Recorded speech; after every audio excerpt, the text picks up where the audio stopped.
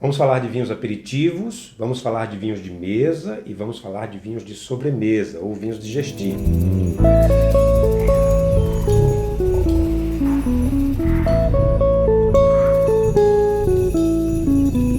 Nós sabemos que o vinho é um complemento alimentar.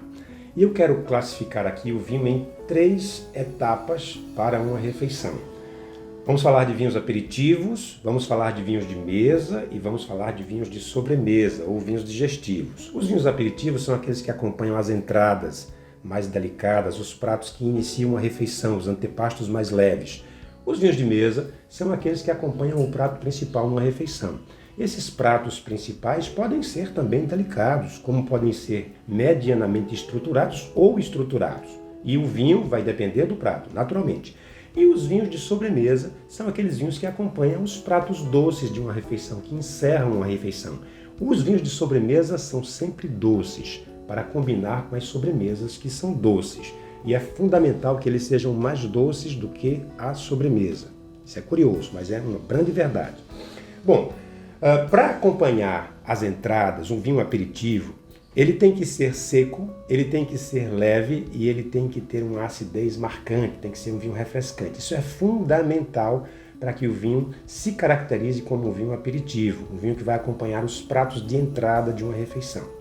Para acompanhar o prato principal, o vinho precisa ter a estrutura do prato principal. Então, se eu estou servindo um camarão bem delicado, frutos do mar, eu preciso naturalmente de um vinho branco, de um vinho rosé.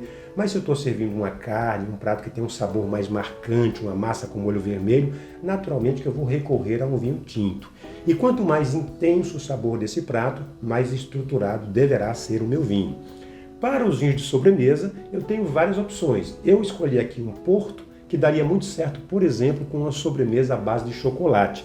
Mas poderia, dependendo da sobremesa, se fosse mais delicada, por exemplo, poderia ser um moscatel espumante, poderia ser um vinho de colheita tardia, um vinho branco de colheita tardia.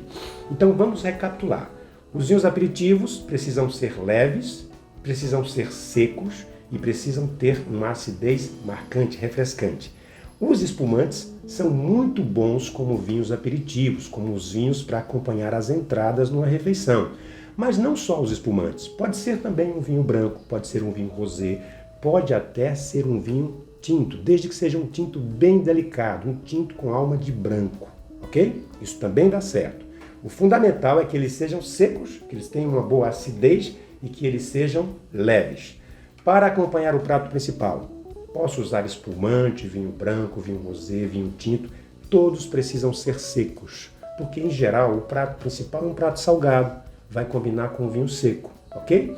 E aí o vinho vai depender da estrutura do prato. E para acompanhar as sobremesas, dependendo da sobremesa, eu posso usar um vinho do Porto como esse, para uma sobremesa à base de chocolate, mas posso usar, por exemplo, um moscatel espumante para acompanhar uma salada de frutas com sorvete, né? Um creme de papaya com cassis. Posso usar também um vinho de colheita tardia para acompanhar uma sobremesa. O fundamental no caso dos vinhos de sobremesa é que eles sejam doces e mais doces do que o prato. Se eles não forem mais doces do que o prato, eles se tornarão amargo. A percepção que a gente vai ter na boca é que o vinho está amargando. Tá? Então o cuidado é esse.